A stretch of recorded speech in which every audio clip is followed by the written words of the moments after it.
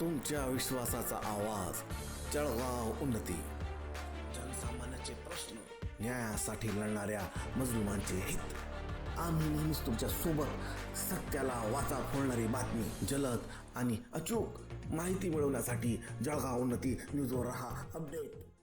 बुलढाणा जिल्ह्यात नगराध्यक्ष निवडणुकांचे चित्र स्पष्ट. नगरपालिका निकालांनी जिल्ह्याच्या राजकारणाला नवी दिशा. बुलढाणा जिल्ह्यातील विविध नगरपालिकांच्या नगराध्यक्ष पदांच्या निवडणुकांचे निकाल जाहीर होताच जिल्ह्याच्या राजकीय वातावरणात मोठी हालचाल निर्माण झाली आहे.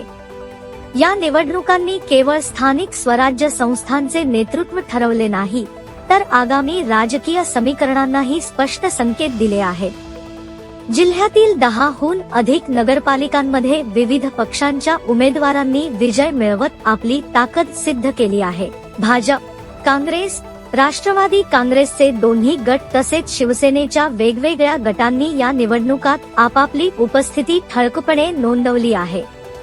सिंदखेड राजा नगरपालिकेत राष्ट्रवादी काँग्रेस, शरद पवार गट चे सौरभ तायडे यांनी नगराध्यक्षपदावर विजय मिळवला.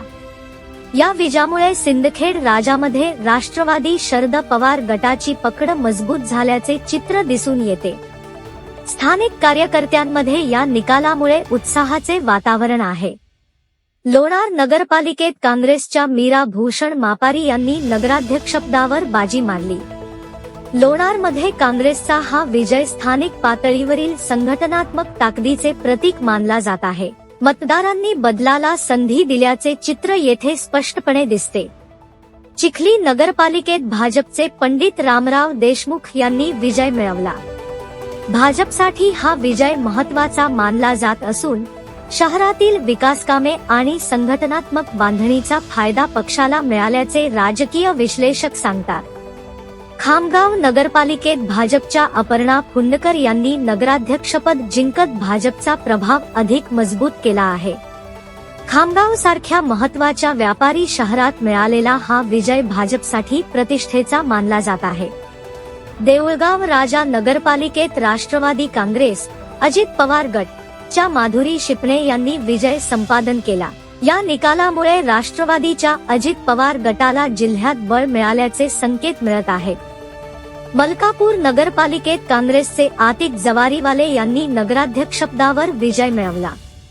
मलकापूरमध्ये काँग्रेसच्या या यशामुळे पक्ष कार्यकर्त्यांमध्ये नवचैतन्य निर्माण झाले आहे. नांदुरा नगरपालिकेत भाजपच्या मंगला मुरेकर यांनी विजय मिळवला. नांदुरामध्ये भाजपचा हा विजय महिला नेतृत्वाच्या दृष्टीनेही महत्त्वाचा मानला जात आहे. जळगाव जामोद नगरपालिकेत भाजपचे गणेश दांडगे यांनी नगराध्यक्षपदावर कब्जा केला. या विजयामुळे जळगाव जामोदमध्ये भाजपची राजकीय स्थिती अधिक मजबूत झाल्याचे दिसते. मेहकर नगरपालिकेत शिवसेना, उबाठा गटाचे किशोरभाऊ गरोळे यांनी विजय मिळवत वेगळा ठसा उमटवला आहे. हा निकाल स्थानिक राजकारणात संतुलन राखणारा ठरल्याचे बोलले जात आहे. शेवटी शेगाव नगरपालिकेत काँग्रेसचे प्रकाश शेगोकार यांनी नगराध्यक्षपद जिंकले. शेगावमध्ये काँग्रेसला मिळालेला हा विजय पक्षासाठी दिलासादायक मानला जात आहे. तुमच्या विश्वासाचा आवाज, जळगाव उन्नती. जनसामान्याचे प्रश्न, न्यायासाठी लढणाऱ्या मजलुमांचे हित. आम्ही नेहमीच तुमच्या सोबत. सत्याला वाचा फोडणारी बातमी, जलद आणि अचूक माहिती मिळवण्यासाठी जळगाव उन्नती न्यूजवर रहा अपडेट.